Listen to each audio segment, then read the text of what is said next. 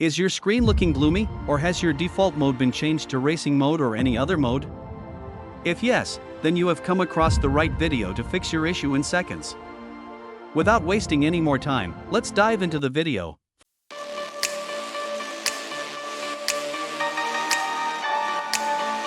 First of all, let me assure you that this is not an issue at all. The mode can be easily switched as per your preference, and the screen mode can be instantly changed. Now, let me share how you can do this. On your keyboard, press the F and V keys simultaneously. By doing this, you will be able to change the mode or switch between various modes effortlessly. You can switch modes according to your needs. For instance, you might want to switch to scenery mode for enhanced visuals, RTS for real-time strategy games, FPS for first-person shooters, cinema for movie watching, I care to reduce strain, or vivid for vibrant colors.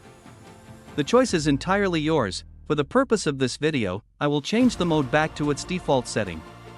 As you can see, it is very simple and quick to switch or revert to any mode you want. Thank you for watching. I hope you found this video helpful and interesting.